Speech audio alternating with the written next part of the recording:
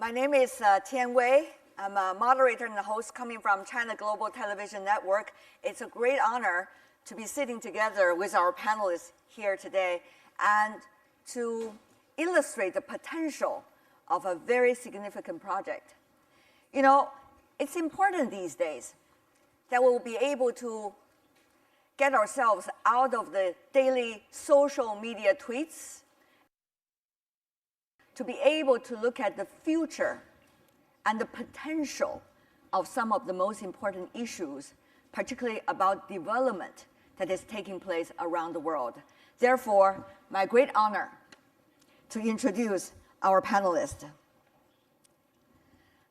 Nasrul Hamid, Minister of State for Power, Energy, and Mineral Resources from Bangladesh. Sir, good to see you. Song Zhiping, Chairman of the Board with China National Building Material Group from the People's Republic of China. Good to see you. Olga Yarova, Under Secretary General, Executive Secretary from the United Nations Economic Commission for Europe, based in Geneva. Good to see you. Thank you. Last but certainly not least, Bruno Marques, who is the Senior Fellow with the Renmin University of China. He's, of course, originally coming from Europe. Thank you.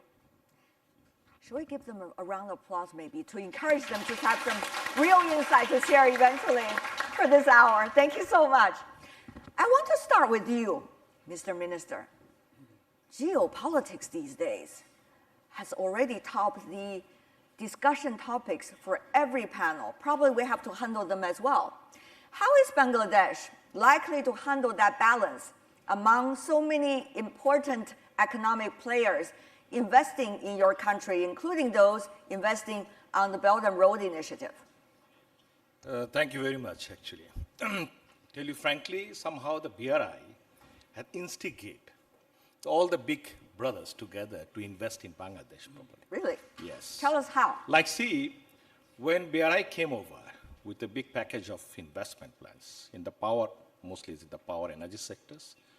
Not even if you keep aside of the power and they invested in the railways, big roads like that. We found out that Japan came up with big investment plans, more than $6 billion.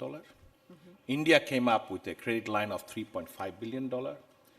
Even we recently found out the Americans has opened up their commercial office in Bangladesh. So it's quite a good harmonic picture, what I see, and it's very beneficial for Bangladesh also. And we got about more than $5.5 billion from China as an investment and also in debt, actually. Anything else? Very interesting. So that makes your work fascinating, isn't it? You need to come and talk, doing shuttling diplomacy in a way among all the players. Yeah, the political picture in Bangladesh is friendship with everyone. So we don't quarrel with anybody. Our country is open for investment for everyone. We have a very good package for investments, like 10 years tax holidays, anybody interested to invest in the infrastructures, power, any place, any industry, new industries. Our government, Sheikh Hasina, has setting up 108 economic zones. For different countries, there are countries who already been booked these economic zones, like Japan has already booked up an economic zone. China already came up with economic zones. India already shown interest to invest in economic zones. So what we think actually, somehow BRI has somehow helped our country in other way to bring all the big investors, to attract investors in Bangladesh in other ways. Good to know the panoramic view, shall I say, that you have outlined for us about investment from foreign investors into your country. Mr. Song 先生，听到部长先生说到，自从“一带一路”开始受人关注以后，越来越多的国家愿意到发展中国家，比如说孟加拉国去进行投资的话，你是不是会感觉到更多的竞争啊？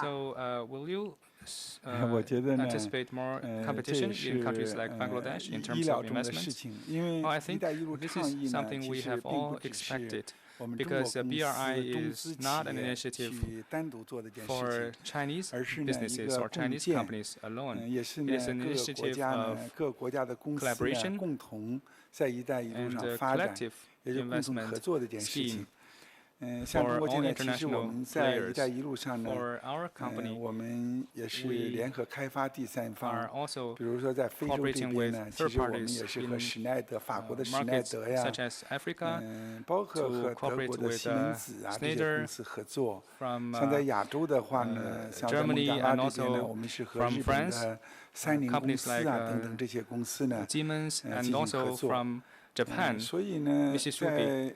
So, for the implementation of BRI, it comprises both competition and cooperation. These are two trends developing in tandem. And for China, Belt and Road Initiative is not something we design or propose for our own benefits. It's an initiative we intend to share with all international partners. So I don't regard this as a source of competition. I believe this comprises a lot of opportunities. Maybe competition is the main theme, but cooperation is only the decoration on the side. 有人会说，哎，您是不是外交辞令啊？ Indeed, 实际上以竞争为主。 合作呢，只是旁边的一点点装饰了，是这样吗？我不是的。比如说，我现在在这边南亚呀、中亚和东南亚这边是个3零合作。其实呢，我们也做了不少的水泥厂。那么3零其实过去他也做，但是这些年他不做了。那就是中国建材呢来做一些水泥厂和玻璃厂。那么3零呢做一些前期的商务啊等等这些，那最后大家结合起来，那最后呢大家。 也都有利益。比如说，我们在非洲是和法国施耐德合作，其实也有好多个项目，大家合作。那法国的施耐德呢，他们呢有些电器的配件能用，我们都用起来。西门子也是这样，所以我们在整个非洲做的项目里面呢，实际上也是全球采购的，来采购呢这些他们的一些东西。那现在。 我们也和像法国的法孚这些公司深度合作。这一个项目，一个水泥厂里边呢，可能一半是我们的设备，一半是他们的设备。有时候我们拿下的标段呢，也要用他们的设备；有时候他们拿下的标段呢，也用我们的设备。我讲这是什么意思呢？就是说，我说的。 联合开发第三方，大家呢互利互惠，不是一个外交辞令，而是一个确确实实呢，这是个商业的基本的逻辑，你们不可能任何一家公司去做，所以大家都去做呢，做的速度会快，而且呢，这个整个的性价比会更好一些，就质量能得到保证。Madam Under-Secretary General, when Mr. Song was talking. Quite a number of names coming from European companies pop up. That's exactly your area, which is to promote development of Europe and also interaction with the rest of the world. Tell us about what you're focusing on, especially when you have a neighbor sitting on your left side who's been talking about Eurasia over the decades. Madam Under-Secretary General, please. Thank you. And I would like to continue what was told here, because if we speak about competition, versus cooperation, I would add another word, and this is opportunity. And I consider Belt and Road as opportunity for everyone, under one condition, that we need to behave responsibly. It means we should keep in our minds economic sustainability, financial sustainability, environmental sustainability, and social sustainability. And if you speak about connection of Europe with Belt and Road or Eurasia, let me explain, because people tend to mix it. So I am leading the United Nations, one of the 5 regional commissions of the United Nations. We have 5. We have a regional commission for Africa, Latin America, and so on. So if I tell I'm for Europe, it is indeed 56 member states. And it means the EU is exactly 50% because there are 28 still with the UK. Then we have the whole Balkans, the former Soviet Union, including Central Asia. But our member state is, for instance, the United States, Canada, Israel, Turkey, and Switzerland. So this is like European continent plus. And from these 56 member states, 30 of them are on the Belt and Road.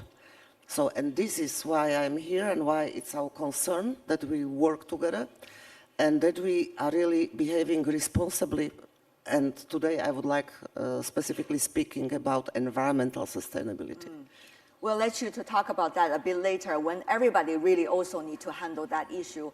Mr. Makesh, one of the things I didn't introduce is that you're not only working in China for the think tanks, but also work for conservative think tanks in the United States as well. So we want to make sure those double identity is being revealed. To you, the Eurasian idea, it has been there for quite some time.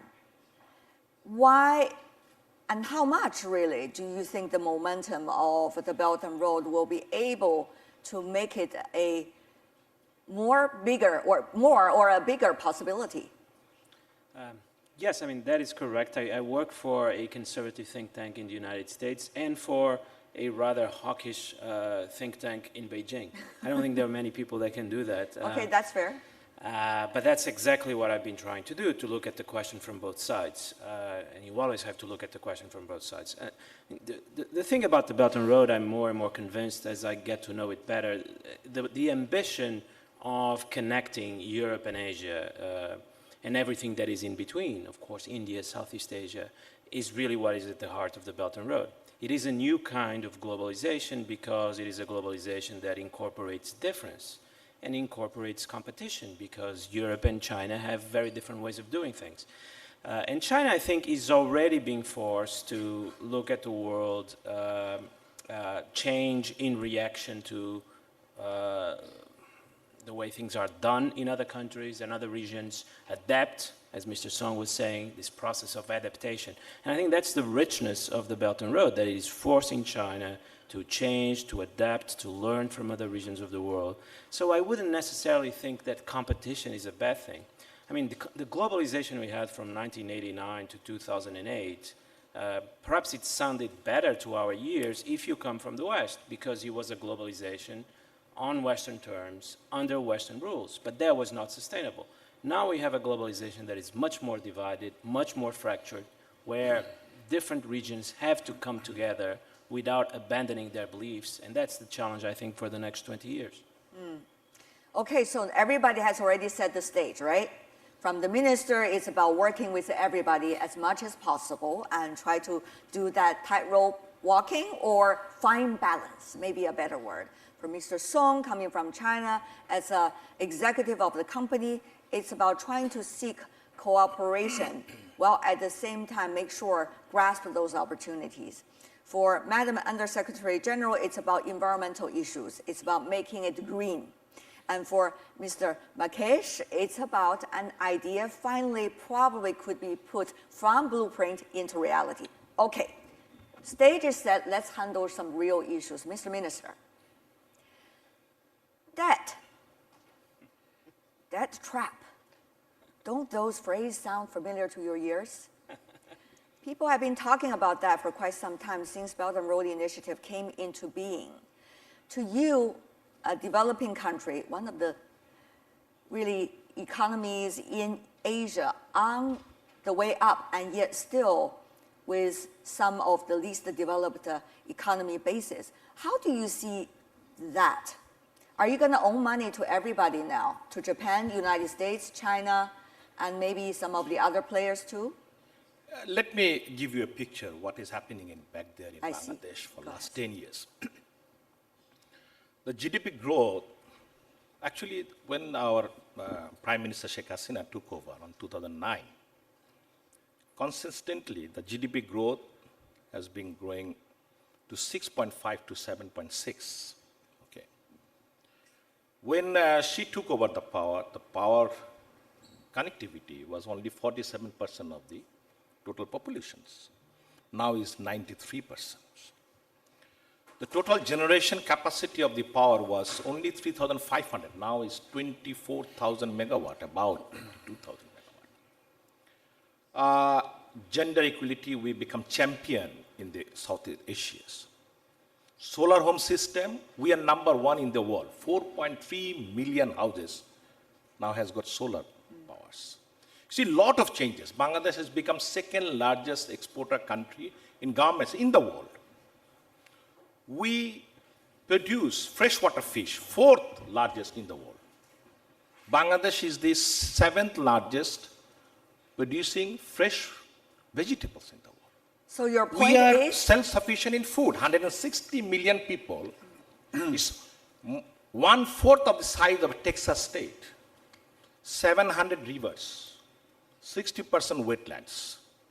Still you see about 4 million women are working in Bangladesh, in garment sector itself.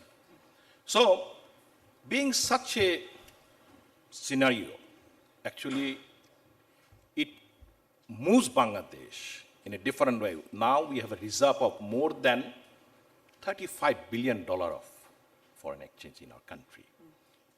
It was less than 1 billion in 2009. And it's growing, go on, actually. It's now, the GDP is about 7.6. We are targeting that we have to go more than 8 within the next couple of years. So that's not the problem about the debt trap. But what I understand, there are news in the media, but there are initiatives that have taken from BRI to a lot of countries. I saw in the news there are a couple of countries which actually considered to be debt traps. But there can be there can be a bad news and good news are there. So somehow there are a lot of good projects are there also with that initiatives. And somehow the BRI should somehow take care of the media to bring the good initiatives in front. I see in a very positive pictures initiative of the BRI. But there are other issues also there. You can talk about action plans, like what I was trying to mention. I'm taking some time, if you don't mind. Like when Japan came up with the big investments, they came up with a master plan. How is that? They don't just putting up their money right away. They came up to do our power generation master plan. How the country will be on 2030 and 41. Then they start on initiating, taking our people, train them to know their culture gradually. And they gradually start on putting their money, investing their money in the projects. What BRI is doing, BRI is coming up with a project itself with lack of understanding about the project himself. I just mentioned it a little bit before to you. And also, there are also, even in the G2G project also. So these are the side where BRI should look into it properly. They should make more harmony with the economics and the local politics, geopolitics and people also together. It's not the money we want. It's not the investment only we want. If you want to remain in a country, you have to make some harmony with the country itself. Right. Like Japan is trying to do. They have opened up their universities. They are taking our students to study there. Do you have China students can do who that, also actually. study in China? Very few. China should open up their universities What morally do- for the from Bangladesh students. From what I heard from you, Mr. Minister, do you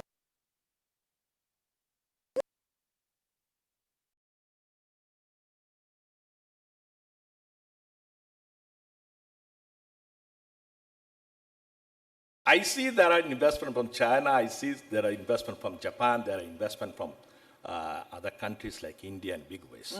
Now I want to see in a one package together, Okay. the investment from international friends together. Great point. Mr. Song, Song 先生, would you like to respond, even though you are a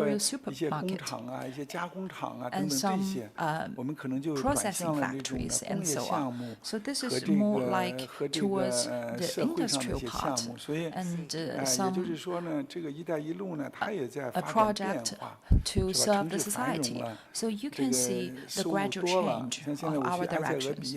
And for example, in Ethiopia, they hope that we can help them to have some manufacturing project that will bring them with more foreign currencies.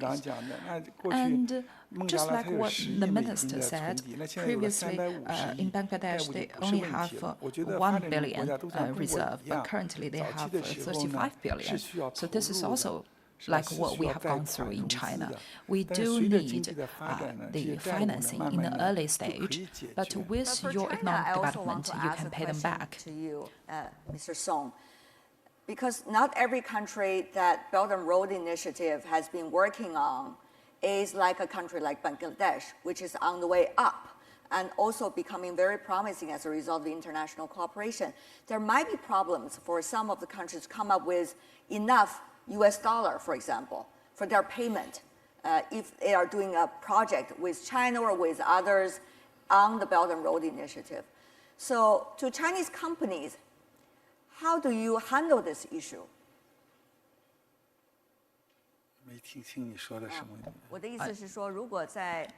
What I'm trying to say is that some of the other countries along the Belt and Road Initiative, if their economic situation is not so effective, so they will not have enough US dollars for the settlement.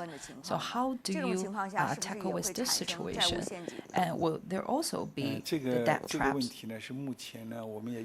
Well, this is also the situation that we have already encountered, because for some of the countries, they don't have enough foreign reserves, and they will have some problems for the payment.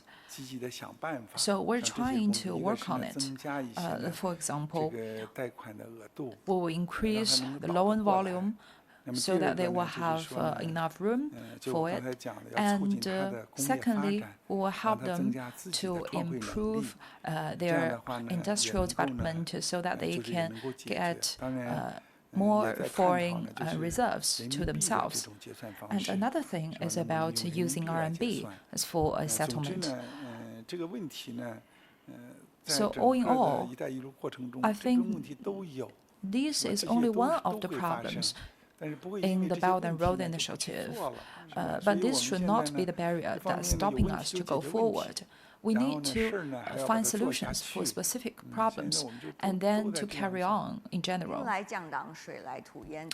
So we need to tackle specific problems case by case. I've been working on these days. When you encounter problems, try to find the solutions, not wait for the solutions to come. But let me go to you, Madam Undersecretary General. You've been talking about environmental issues, extremely important. Even from a China's perspective, it seems, as the largest emerging economy, the country has been going through quite some challenges about environmental protection. So from your perspective, Madam Undersecretary, how those issues be addressed on time and properly? Don't understand me wrongly. I don't want to restrict myself just on environmental issues, because what we are working on... Green Belt and Road. Yeah, for instance. But UNEC's typical standards, norms, regulations, guidelines, setting body since 72 years. If we speak about infrastructure, we speak about connectivity. For instance, we identified 9 European Asian transport links, 9 in rail, 9 in road transport, and we work on removing the non-physical barriers. We, for instance, also develop standards for public-private partnerships, maybe partially respond to your question how to get the money, you know, because without the private sector, Agenda 2030 and 17 SDGs wouldn't be possible. So we have standards on public-private partnerships. For instance, one of the standards is zero tolerance to corruption. And China is very much interested in our standards and norms and regulations. Just this morning, I had a bilateral meeting with a state-owned railway company who are interested to work with us on the norms. But just in 1 hour, we cannot cover all of that. So let me speak really about greening the Belt and Road and about what we can offer on environmentally sustainable Belt and Road cooperation. I was 2 months ago in Beijing on 2nd Belt and Road Forum, and Mr. President of China expressed his commitment to greening the Belt and Road, what we are very happy to hear. And we are really offering, in environmental area, we have 5 environmental conventions and 8 additional protocols to them. And one of them, just to give a good example, is so-called ESPO Convention. It is on transboundary effects of any infrastructure projects that can influence our neighbors. You know, so we have 32 parties to the convention in our region. And it means if any infrastructural project is built on close to the border of the neighbor, the parties are supposed they should consult, they should inform each other. And specifically, there is a protocol on strategic environmental assessment that goes even further in the earlier phase of the project, still when the ministries are preparing their sectoral programs on construction. They need to inform and consult with the neighbors because we know environment has no borders. And this is free to any member states to access to this protocol on strategic environmental assessment, also to China. So speaking about Belt and Road, it would be very, very useful if we really assess strategically our projects, our infrastructural projects, how they can influence the neighboring states, and how they need to work together just for the benefit of people living in all countries that are on the Belt and Road. This is our... I have to come back to Mr. Minister before I go to you, sir, a bit later. Mr. Minister, are those consultations being done? Are you aware of the standards, for example, Undersecretary General have been proposing, or other standards, because there are many other different ways and systems of looking at things?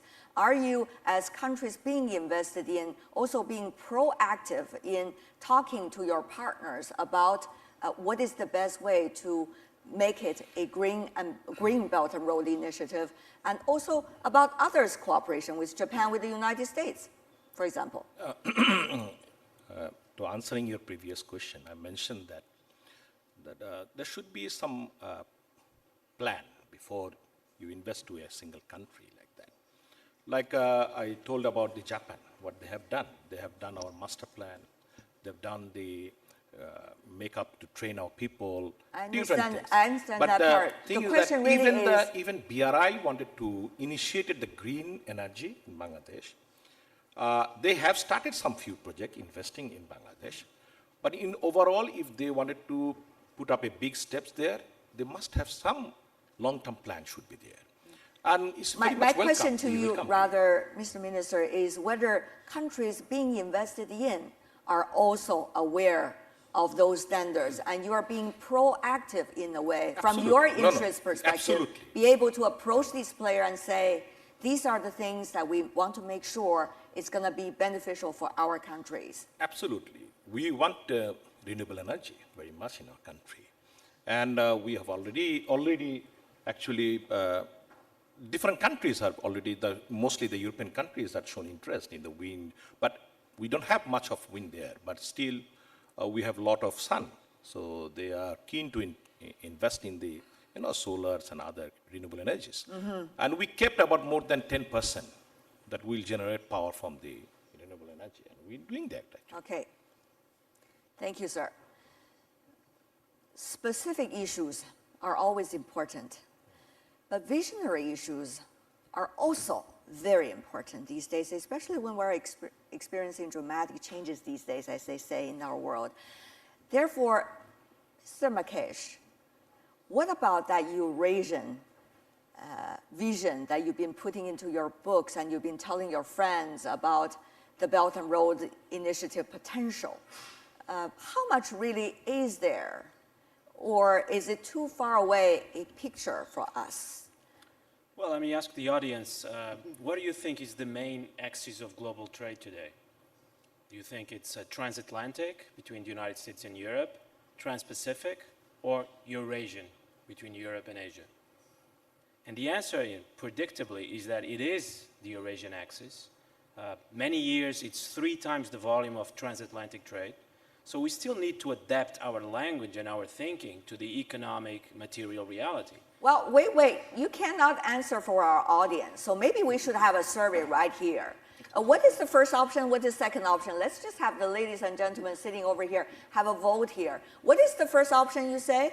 Well, but the answer, this doesn't depend on what people think. There's the figures, but it's important that what people think here. It's a democracy in the room. So let's have a vote here. So what is the first option, if you can? What do you think is the most important axis or relation in the world economy? Transatlantic, between Europe and the United States, Trans-Pacific, between the United States and Asia, or Eurasian, between Europe and Asia? Okay, so 3 options. Transatlantic, Trans-Pacific, Eurasian, okay? First up, you cannot raise your hand 3 times, okay? Or can they? They can, because, there are different ways to answer the question. Let's do that. You can raise your hand many times, as much as possible. So let's do this. Transatlantic, anybody? What? Only one? Transatlantic? Because they trust me when I said it isn't. All right. And then let's go Trans-Pacific. Trans-Pacific. Wow, I think about half, almost, right? Okay, and now Eurasian. It's not bad. Also about half as well. What's going on with transatlantic?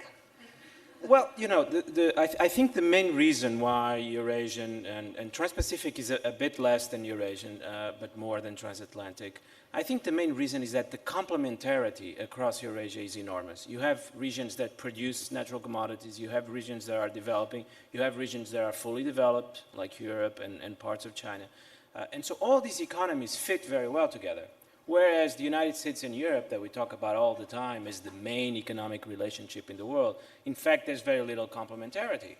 We've specialized in roughly the same things, and we're becoming competitors more and more. We'll see whether there won't be a new wave of tariffs, this time not against China, but against Europe and German automakers, which I predict will happen pretty soon. So clearly, the future of the world economy is in these Eurasian relations that are developing. I was very interested to hear Minister Hamid speak about how it's not only the Belt and Road, it's Japan, it's the relations with India. So there's a whole world that is developing with new relations becoming increasingly more central than the old ones that we're used to. And given the fact now, half of the EU member economies, have already been working on certain forms on the Belt and Road Initiative. What does that mean, in a way? Because a lot of people here might not know. Some have been working on third-party development, for example, the Netherlands, Switzerland, even England, the United Kingdom, if they remain in the European Union. And there are others who also sign on different formats of cooperation along the Belt and Road Initiative. So what does that mean, Mr. Marquez? I think it's very important. It's a new phase in the Belt and Road. Until now, the first 5 years, we used to think of the Belt and Road as being focused on developing countries. And I think the moment Italy joined, a G7 country and a NATO member, it changes the nature of the Belt and Road.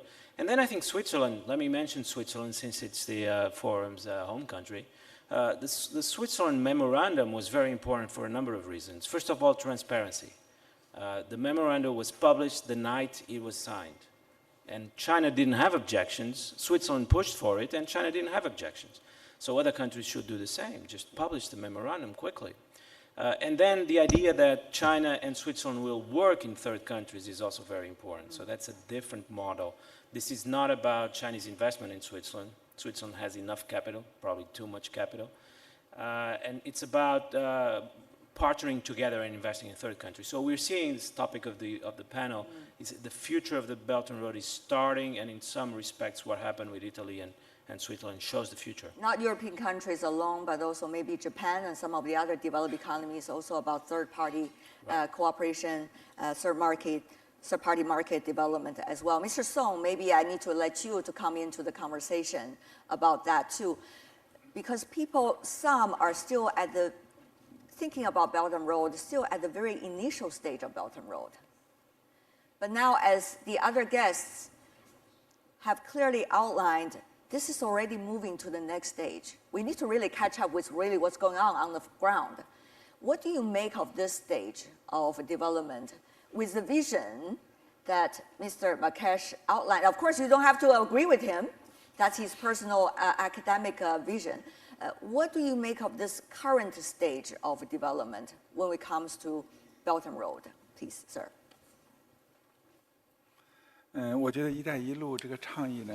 Firstly, BRI has been undergoing 6 years, and it's not very long, but it's very short. And actually, 6 years has been very long, actually, in my opinion.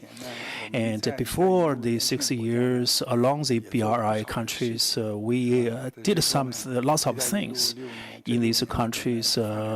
But in these 6 years, we just accelerated the pace in these countries. In the initial stage, we started with infrastructure. But if you go and visit, I now quite often visit BRI countries, and the development has been very quick, very rapid. Some industrial parks has enjoying very large sizes of industrial parks, including Bangladesh. And also, if you visit supermarkets in Europe, you find lots of apparels from Bangladesh. And so their processing industry has been developing very quickly. Urban development has been developing very quickly. So I think BRI, besides the infrastructure investment, we should continue. For Chinese companies, they should also look into the next stage. That is, in the industrialization processes of these countries, what kind of opportunities do we have? Because we experienced the same pathway, and so we have lots of experience, and because BRI are going along the same pathway, and so we are a good fit. Lots of Chinese industries are good fits of the BRI countries. What we are doing today, they are going to do them tomorrow, and also our capacity, our management and technology can be applied in these countries. I don't mean obsolete capacity. In BRI countries, we are introducing the most advanced capacity. No company would introduce obsolete capacity to these countries. We only introduce most advanced technology and capacity. That's our way of thinking. As to the next stage, you mentioned environment and greening, and in media, I think there are some misunderstandings about the Chinese companies. For Chinese companies, when it comes to environment, Chinese government attaches importance, and Chinese companies attach importance to the environment. And if you visit BRI countries, firstly we give an overall emphasis on environment in developing the Sino-Belarus industrial park in Belarus. Xi Jinping gave personal instructions that every single tree should be protected. Therefore, in the BRI countries, whether it's construction or industrial parks, we attach great importance to environmental protection and safety, quality, technology, costs. But environment is given the first priority. And in the BRI countries, their environment is very important to the future of mankind. Chinese companies know this very well. Therefore, for our next steps, we will emphasize the environment. And also, it was mentioned that BRI countries, not only developing countries, but also medium income countries. Italy, you mentioned, Bulgaria, and Argentina, Brazil, and these countries' involvement or participation, they need infrastructure. They need to further develop their economies, and we also pay close attention to their needs. So regarding the core of BRI, there are two things. One is we are improving the standards of BRI projects. Secondly, the scale is rising up and scaling up. More and more countries are accepting BRI, and more countries like to participate in BRI. Having a big idea of how his business is going to develop further in different parts of the world. I guess it's good for your company.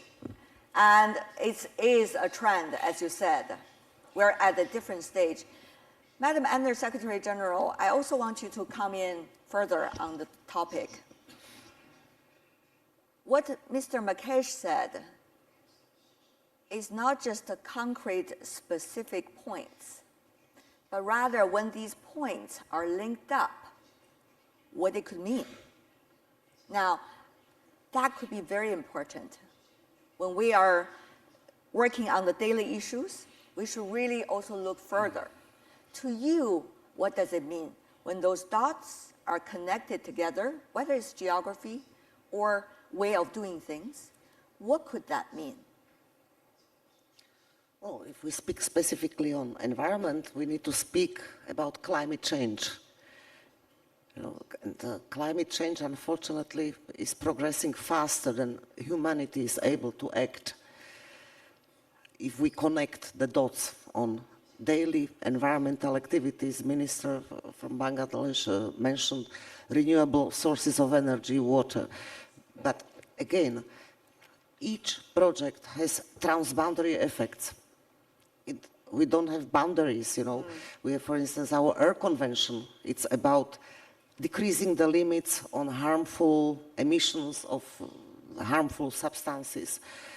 And by this convention, implementing it in our region, the scientists proved that we were able to prolong life expectancy in the European continent by 1 year, by 12 months.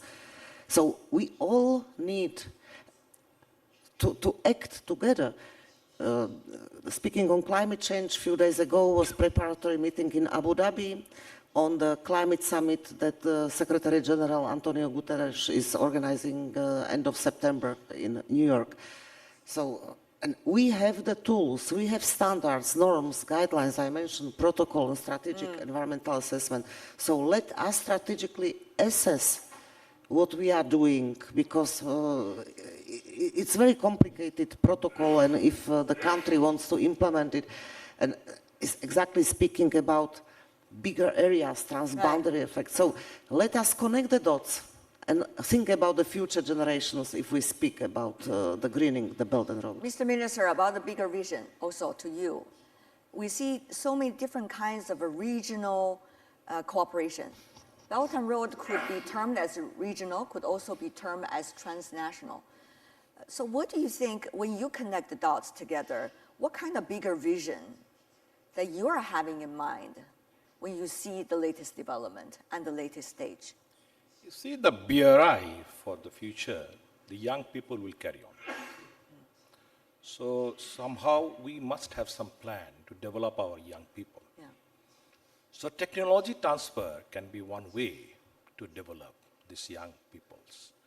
Like China, not only putting up projects there for infrastructure, also they can come up with transferring the technology. They can open up R&Ds. Like Huawei can open up their R&D in Bangladesh. They can come up, encouraging the youngs. They can, what I see, like we have huge projects. We have more than hundreds of thousands now. Chinese workers are working there in Bangladesh recently. And other countries' workers are also there. We have projects from Russia, like nuclear power plant. They're building up a nuclear power plant. We have got thousands of Russians are working there. So what I see that there is quite a cultural gap is going on. So I wanted to see a cultural globalizations in the country itself. Like, why not actually? Why not hundreds of thousands Bangladeshi can speak Chinese? Why not hundreds of thousands Chinese people can speak Bangladeshi? It should be there. So I see globalizations through BRI. I wanted to see in the future. It's not like one project you just finance and come back. And it will not, the initiative what the China government has taken, for the long term, it will not work if you don't connect with everything actually together. And I'm afraid it's not just the government, because a lot of Chinese private enterprises, Mr. Song, if I understand right, are also investing and working on the Belt and Road Initiative, sometimes even in competition with you. Mr. Song. 你说是中国的民营企业？对，民营企业。Talking about the private companies from China, yes, actually SOEs and the private companies in BRI, we are whole. We form the same value chain, and for us, we usually engage in big projects, and they engage in small projects. So we are supplementary. So we are just like one core, and we are linked together. And there's no clear boundary between us. And when we go to a particular country, we even eat the same meal together. There's no clear division between private company or SOEs. It's just people's imagination. And Mr. Minister mentioned that in BRI countries, and nowadays we are supporting these countries in technology transfer. Many Chinese technologies are needed by these BRI countries, just like once happened between China and the Western countries. And now we are doing the same technology transfer to the BRI countries. Also, we are training their staff members, their workers. And among our companies, we invite them over to train them in our Chinese companies. We have done a lot of this, and also we train workers locally in these respective countries.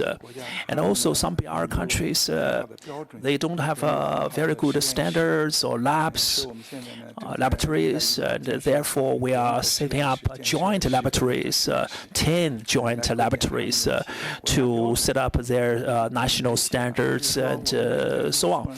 And therefore, in BRI, we want to enhance their technology standards and managerial standards of these countries. Only by this way, we can usher in prosperity for BRI, and then we can enjoy more opportunities. Some try to compare the so-called Marshall Plan with the Belt and Road Initiative. Of course, these are very different. But even you look at the amount of financial resources being put into this so far, already 10 times more. However, they are very different in nature. And it seems to be a choice that people made today rather than when they were right after the Second World War. But now geopolitics change once again. So people have questions about Belt and Road as a result of this geopolitics change, which is happening after the Belt and Road Initiative was brought up.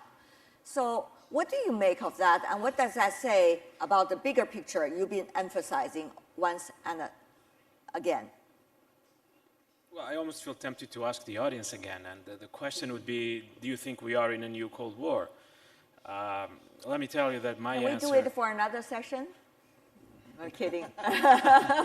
Well, to this one, there isn't any fixed answer. You may have different opinions. I don't think we are, and I think the results from the meeting at the G20 show that. We are in a very competitive time, but it's competition with integration. I don't see any attempt to decouple, really. What I see is an attempt to control the value chains, to occupy the highest position in the value chains. But that's a game that will go on for a long time. And it's a game that all the major players will have to play, but it is not war, and it's not Cold War. We continue to see integrated value chains, but I think different actors are no longer naive. They know that within the value chain, there are positions that are more dominant than others. If you control the crucial technology in the value chain, then you can organize the value chain. And we see the United States and China, in particular on the case of 5G, trying to occupy the dominant places within the value chain. This is the world as I see it, but of course, we're still at the early stages. It's been 1 year of this new world of trade wars or trade disputes. I think even in China, the first 6 months, we were supposed to talk about trade dispute, and now it is a trade war. So we're all adapting to a very new world. Interesting. We'll see how people see all of these issues being portrayed and outlined, framed in an ever-changing landscape. But for now, we have a limited time, 5 minutes. The audience have much smarter questions than the one that I just proposed earlier. So feel free to raise your hand. Can we pass the microphone, please? We collect the questions and we let the audience, the panelists to answer questions so it will be faster. Anyone? Any question? This gentleman, okay. Any others? Raise your hand so I can see. Okay, over there, okay. Please, first. Hi, so my name is Samson and I'm representing the Global Shapers community from Accra, Ghana. I have a question to Mr. Son Jinping. And my question is very simple. We've benefited, Ghana as a country has benefited a lot from the Belt and Road Initiative, but we've also seen a few small and medium enterprises also cause some harm to our environment. How does the Chinese government ensure that, though we also try to retain license or retrieve license from these companies that come to mind, how does the government also ensure that they are held responsible for their activities in these areas? Thank you. Thank you, sir. About environment, let's go to that lady also. She has a question. Hello. I have a question for Mr. Mackay, pertaining to local labor. Despite what Mr. Song has said about them training local labor, what's the data points? What's the reality there? Is it just perception that actually when these Chinese capital are going in to build infrastructures, they're also bringing along even manual labor, displacing local labor? Do you think you will have the data about that, about labor? Okay, well, Mr. McKay, you better have. Later, a bit later. Let's collect all the questions. This lady, please. 慢一点，注意脚下，安全。That lady and this lady. This first, please. I'm Farzana. Sorry for my voice. I'm Farzana Chaudhary from Bangladesh. I have a question to Mrs. Song. You have heard from our honorable state minister regarding the Bangladesh experience, Bangladesh achievements by joining the BRI. So do you think that, in the long run, what he has mentioned, the vision, long-term vision of Bangladesh, do you think it will, will get more FDIs from China in Bangladesh, having the great experience from BRI, like what he has mentioned, the cultural globalization, bringing in more young people in China and getting more, culturally, technically, I would say knowledgeable, and then, transfer this knowledge in Bangladesh. You mean integration, right? Is that Yes, what you're saying? Okay, absolutely. thank you. And this lady first. This lady, go ahead. Thank Any you. others? Okay. Isabel Hilton. China's had huge development success. The countries of the Belt and Road also The question, please, directly. need development. China's development model in the first decade of this century doubled China's carbon emissions. So my question is, when you look at the Belt and Road, how would you adapt the China model for the Belt and Road host countries? Because if they follow the China model as laid out now, we have no chance of. Okay. Environmental issues before, now, right? Okay. I think we collect almost every question. So I think there's one issue about cultural integration, 文化融合, and a lot of questions about environmental issues, Green Belt and Road, which you mentioned. So why don't I have, and also one about labor issue. So why don't I have the three of you briefly answer the question? 宋先生，要不然您先来。 So, Mr. Song, first, many questions were directed to you about environmental protection, about Chinese model could it be suitable for the BRI countries, and how should we deal with environmental issues in our cooperation, and try to be brief. Time is up. Regarding environmental issues, you may notice that Chinese government's environmental policies, we introduced new policies, and in BRI, we also want to emphasize the environment. We pay special attention to it. In Bangladesh, you mentioned some SMEs. In Ghana, they have some small companies' emission problems, and we notice that we are guiding our companies to take environment as the first priority, so that in the long term we can make a successful BRI. For me, this is very clear. And I've set up lots of glass factories and cement factories. If you go visit, they are up to the European standards. They are world class as to training, specific data. Let me take the example of Ethiopia. In Ethiopia, I set up 9 cement plants. I trained over 10,000 staff members to manage the modern cement plants. These are our company's example. 刚才那位女士讲到，说是中国的这种二氧化碳排放啊等等这些东西呢，我个人感觉到呢，其实中国因为早期呢，确实是因为人多嘛，这个项目也多，生产也多，所以排放确确实实多了一些。 And also, I would like to point out that in the early stage of development, we did have a higher carbon footprint, but in more recent years, we have been shifting our focus and also revamping our development model so that we can have a stronger awareness of the environmental footprint of our projects. If you look at the development pathway of the UK and the US, they also went through a similar process. We all know the London smog problem in the old days, and also in countries, in the regions such as San Francisco, the Sea Gulf was once heavily polluted. So a lot of the countries experienced very similar problems over the course of their development, and this is only natural for China to go through a similar process, but this is a pitfall we want to avoid when we implement BRI. I'm very happy that very briefly also that we raised environmental issues. It was my intention. This is why I spoke. So I just want to stress out, we have the tools available how to green the Belt and Road. Indeed, the Chinese government drafted a document called Guidance on Promoting the Green Belt and Road. So we work together, but we are too late. It's 5 minutes after midnight on environmental issues, on climate change. We need to act very fast. Our standards and norms and products are free available for any country.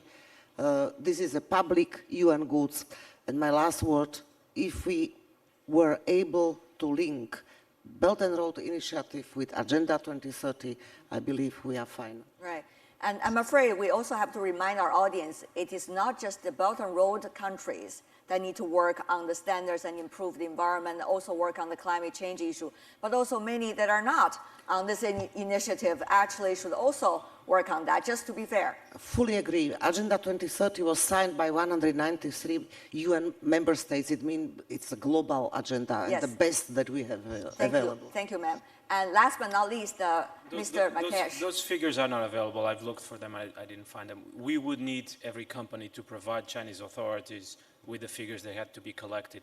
I can tell you in my experience traveling in Belt and Road countries, which I do all the time, usually when a project is being built, it's predominantly Chinese labor force, but when a project is already working, a factory or a port in Djibouti, it's predominantly local labor force. Okay. So there's a truth to both stories. We are running out of time. It's a very packed discussion, a lot of information to digest. Shall we, the audience, give the round of applause for our panelists. Thank you for their contribution and insights. And thank you so much, ladies and gentlemen, for your input. Thank you. Really appreciate it. Very nice meeting you.